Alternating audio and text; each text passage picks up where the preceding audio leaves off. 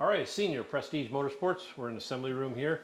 We have a customer that he wanted a FE build here, and he had some specific wants he wanted. One of them was port the intake manifold, port match it. So we're going to kind of give you a real brief situation of how we do that and stuff. So basically what we've done already is we glue the gaskets down, and then we put the manifold on and we align the manifold. We put these little lines here and stuff where we feel the best match of the manifold will be.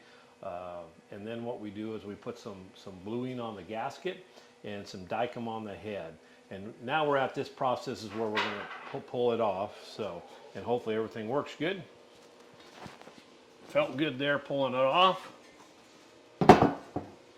So, as you can see, basically, it leaves a really good impression of where that intake runner is there precisely.